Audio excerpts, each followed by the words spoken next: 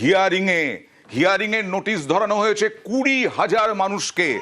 একটা ব্লকের ভাতার ব্লকে 20,000 মানুষকে এসআইআর নোটিশ। প্রতিবাদে পূর্ব বর্ধমানে ভাতার বাজারে বিক্ষোভ। কেন 20,000 মানুষকে হিয়ারিং? সামান্য নামের বানান ভুলের জন্য ছুটে আসতে হচ্ছে হিয়ারিং সেন্টারে। সরাসরি চলে যাব প্রতিনিধি শরদিন্দুর কাছে। শরদিন্দু, এখানে কি প্রবলেম 20,000 মানুষের? দেখো, প্রথম দফায় 3,000 বাসিন্দাকে হিয়ারিং এ ডাকা হয়েছিল এবং বাসিন্দারা মনে করেছিলেন যে তাদের হয়তো প্রকৃতই কিছু ভুল রয়েছে, তাই ডাকা হয়েছে। কিন্তু এখন দেখা যাচ্ছে আরো প্রায় 20,000, টোটাল 26,000 বাসিন্দাকে সেখানে শুনানিতে ডাকা হয়েছে।